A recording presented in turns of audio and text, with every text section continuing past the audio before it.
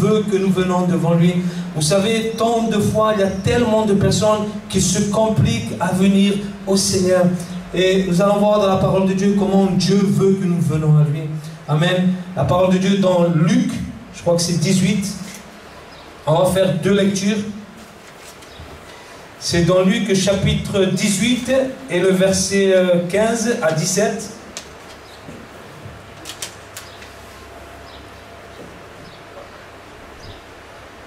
Voici ce que dit la parole de Dieu. On lui amena aussi les petits enfants, afin qu'il les touchât.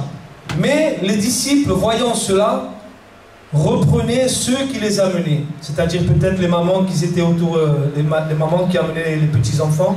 Et Jésus les appela et dit, laissez venir à moi les petits enfants, et ne les empêchez pas, car le royaume de Dieu est pour ceux qui leur ressemblent.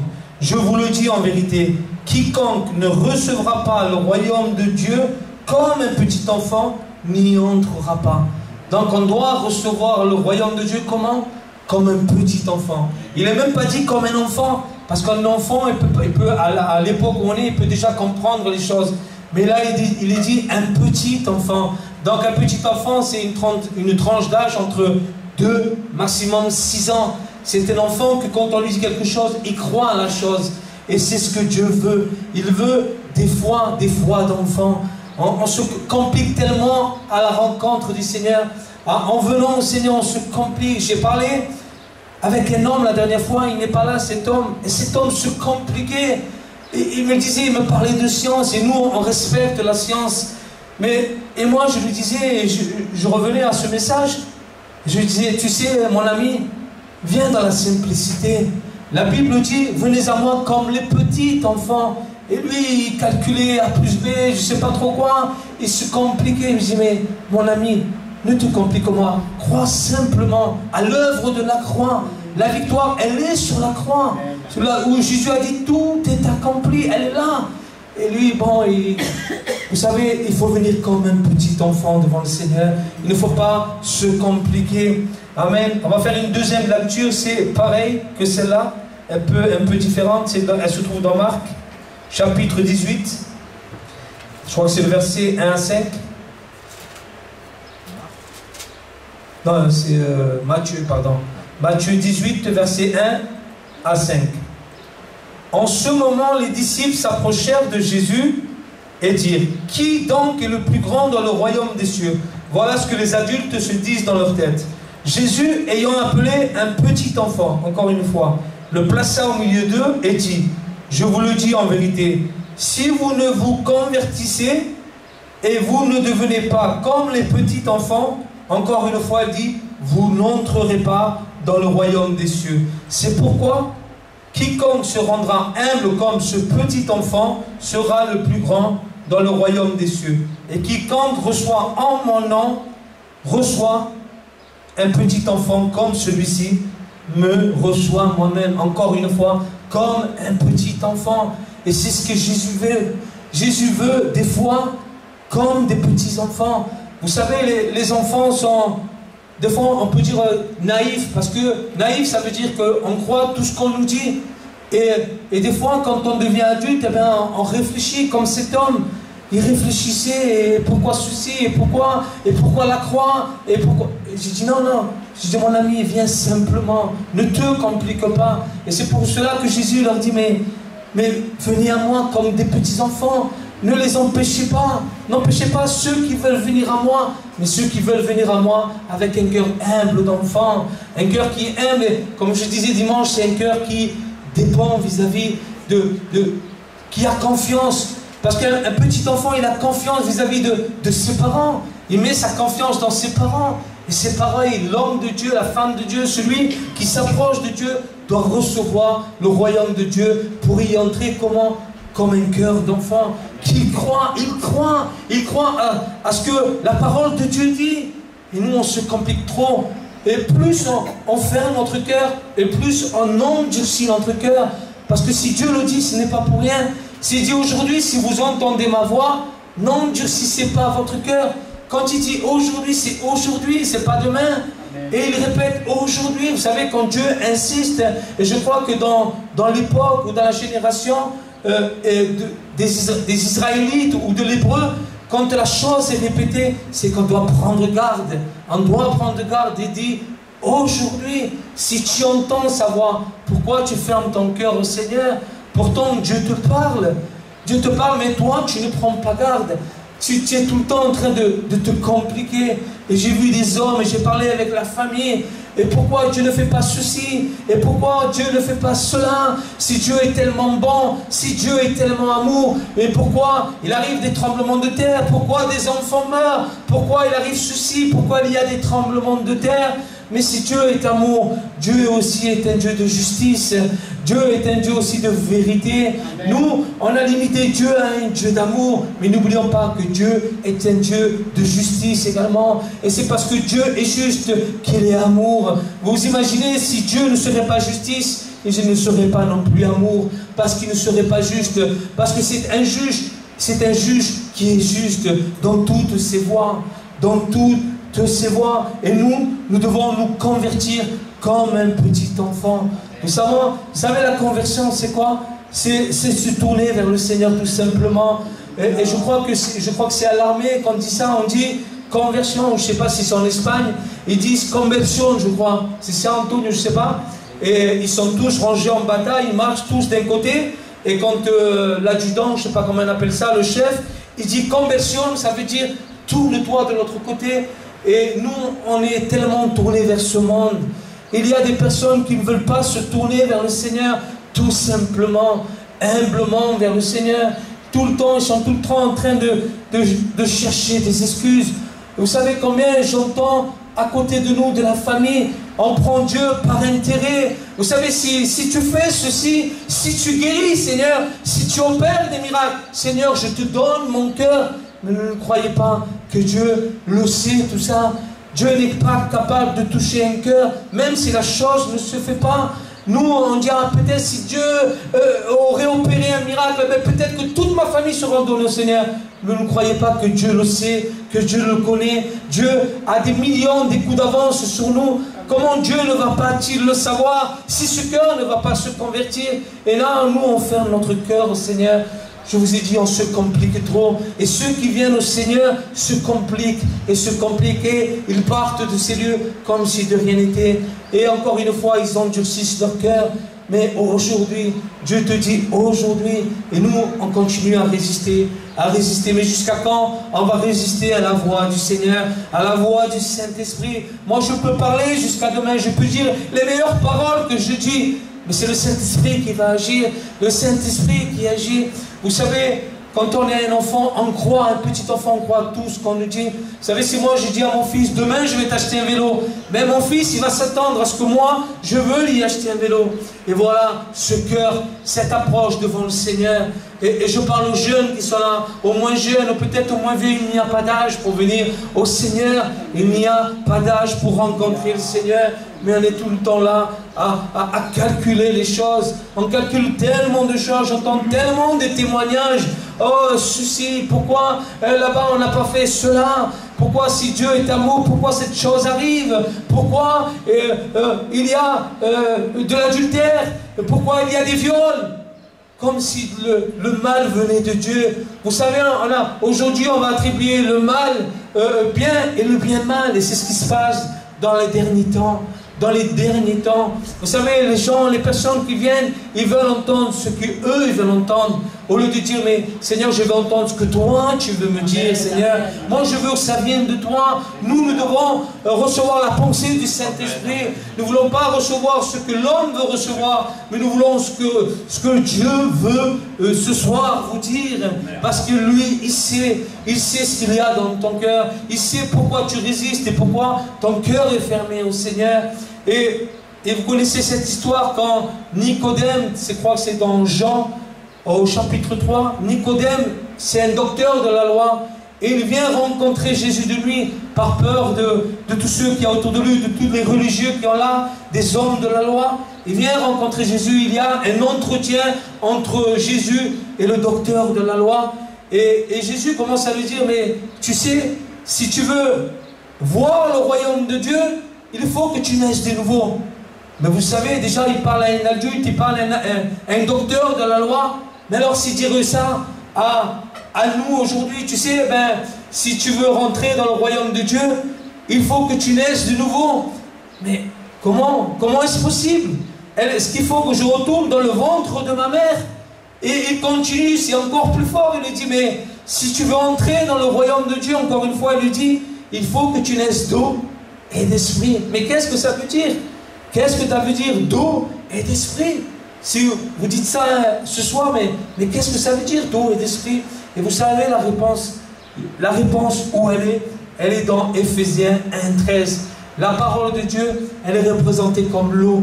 L'eau est symbole de la vie. L'eau est celui qui te purifie et qui te sanctifie. L'eau, nous sommes régénérés par la parole permanente et vivante de Dieu. La parole de Dieu, elle est celle que tu entends ce soir. Mais si tu crois, la parole de Dieu dit qu'il y a le Saint-Esprit qui va venir. Le Saint-Esprit, on va le lire ensemble.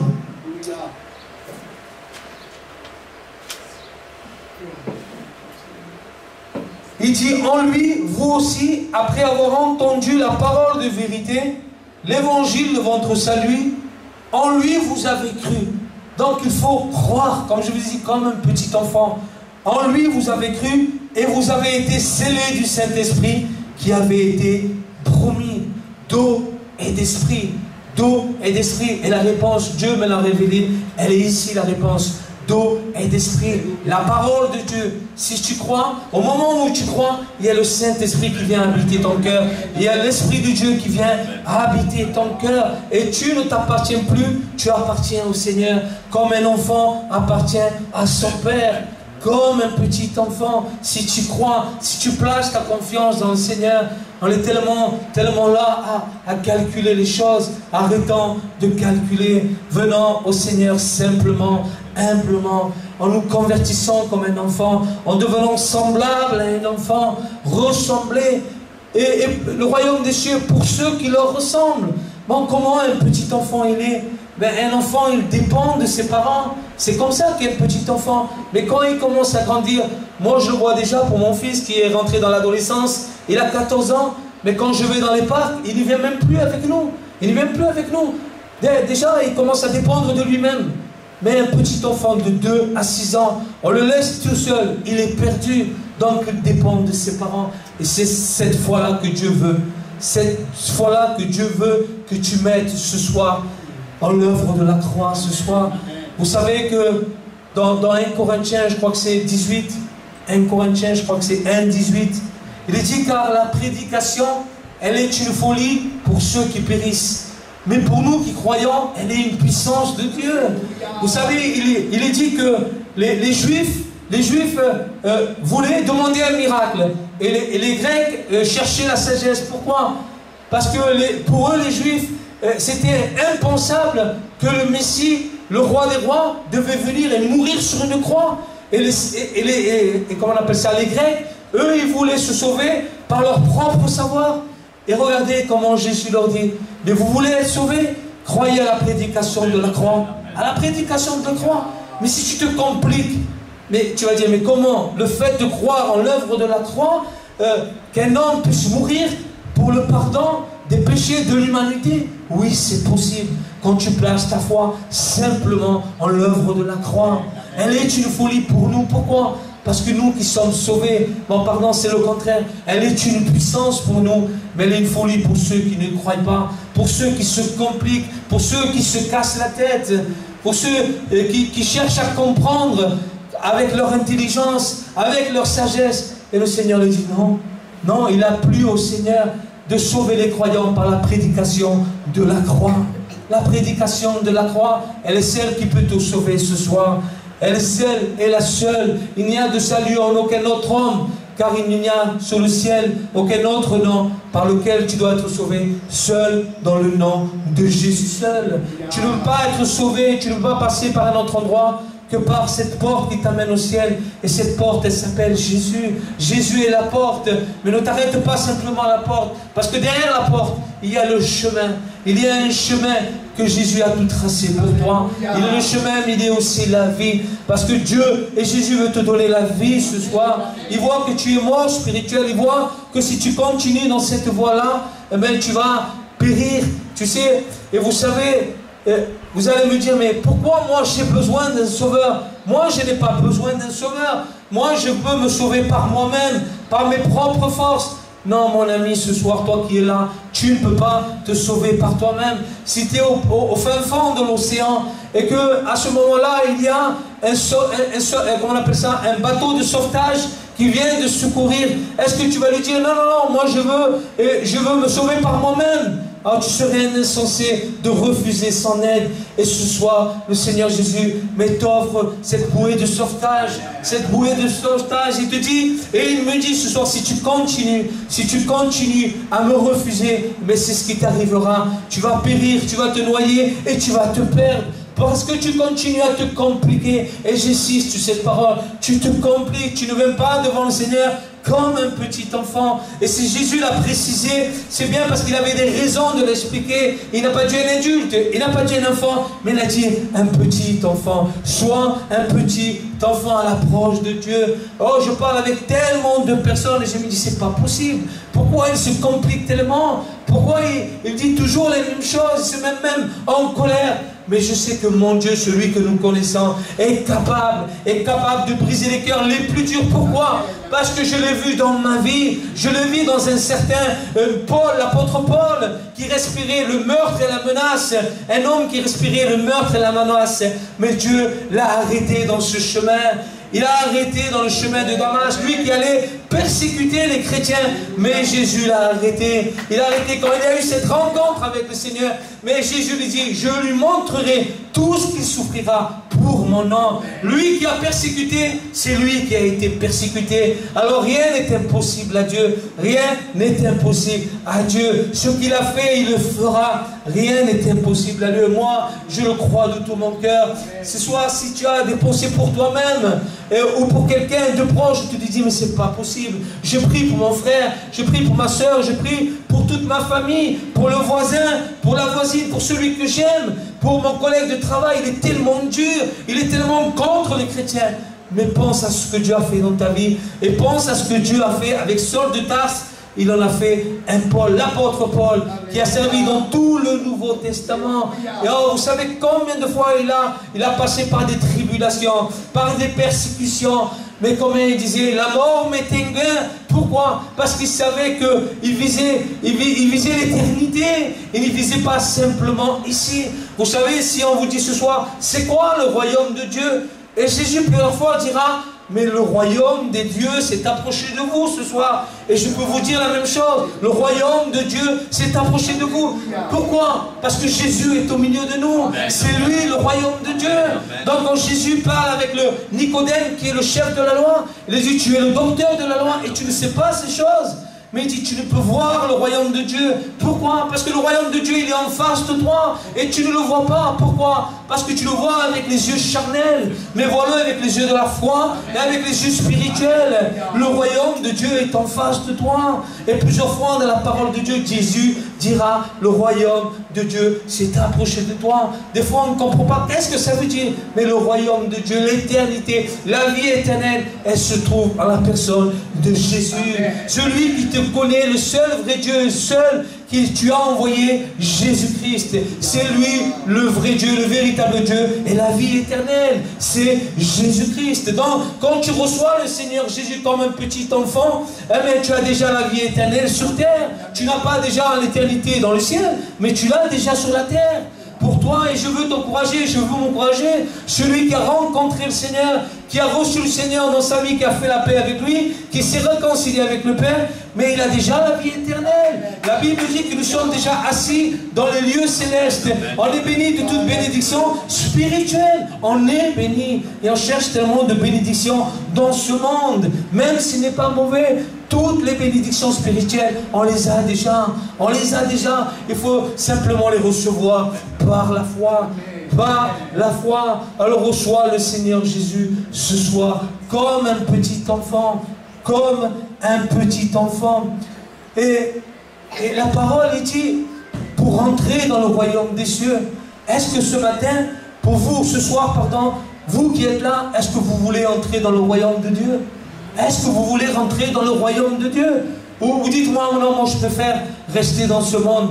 Moi je préfère vivre ma vie de pécheur, de péché. Moi je veux vivre ma vie comme moi je le veux. Je tourne mon dos au Seigneur. Comme j'ai dit, la conversion c'est tourner vers le Seigneur. Ben non, moi je ne veux pas, je veux vivre ma vie pour moi tout seul, comme moi, il me semble. Moi je veux vivre comme ça, je veux profiter de la vie.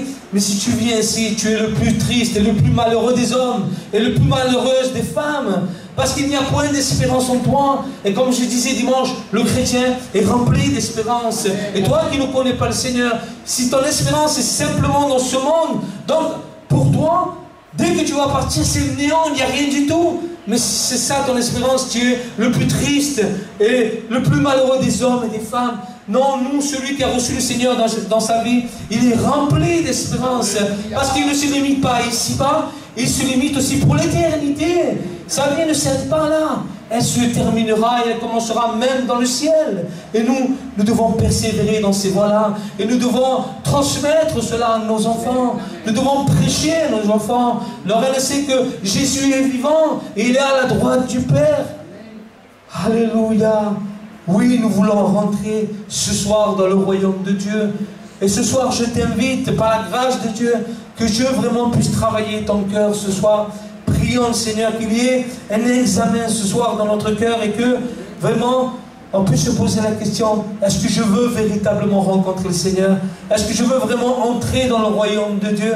Mais tu peux déjà ce soir, ici dans ce lieu, ici déjà, parce que la présence de Dieu elle est au milieu de nous. Parce que nous ne voulons pas simplement que Dieu marche au milieu de nous, mais nous voulons que Dieu agisse au milieu de nous. Parce que quand on dit que Dieu est au milieu de nous, quand 2 ou 3 sont assemblés en son nom, il est au milieu de nous, c'est bien. Mais s'il est au milieu de nous, il n'agit pas. Non, nous on veut qu'il soit au milieu de nous. Et non seulement qu'il soit au milieu de nous, mais qu'il se manifeste, qu'il agisse dans ton cœur ce soir et qu'il y ait une conviction de l'Esprit de Dieu dans ton cœur. Oui Seigneur, je veux le recevoir. Je veux te recevoir Seigneur comme un petit enfant. Alors reçois-le, ressemble à ce petit enfant. Convertis-toi comme un petit enfant. Être humble comme un enfant. Aime, c'est dépendre de lui. Dépendre de lui. Moi, je n'arrive pas par me sauver moi-même. Mais saisis la grâce de Dieu ce soir. Saisis, renouvelle ce soir. Dieu est capable de te renouveler, de te restaurer, de te redonner comme le cantique, de te redonner l'onction ce soir. Tu as perdu peut-être le Saint-Esprit. Le Saint-Esprit s'est retiré de toi. Mais ce soir, par la grâce de Dieu, tu peux le retrouver. N'attristez pas le Saint-Esprit de Dieu par laquelle vous avez été scellés. On peut l'attrister. Comment? Par de mauvaises paroles, on peut l'attrister. Par notre moyen de vivre, on peut l'attrister. Par notre légèreté, on peut attrister le Saint-Esprit. Qui ne sorte de votre bouche aucune mauvaise parole. Mais s'il y a quelques bonnes paroles qui servent à l'édification, qui servent à faire du bien aux frères et à la sœur, n'écrasons plus le frère ni la sœur, mais soyons un encouragement. Mes frères, mes sœurs, si on n'arrive pas, si on est maladroit, mais prions le Seigneur. Et prions le Seigneur pour qu'on puisse être des instruments utiles entre les mains du Seigneur. Amen. Alléluia. Prions le Seigneur. Alléluia.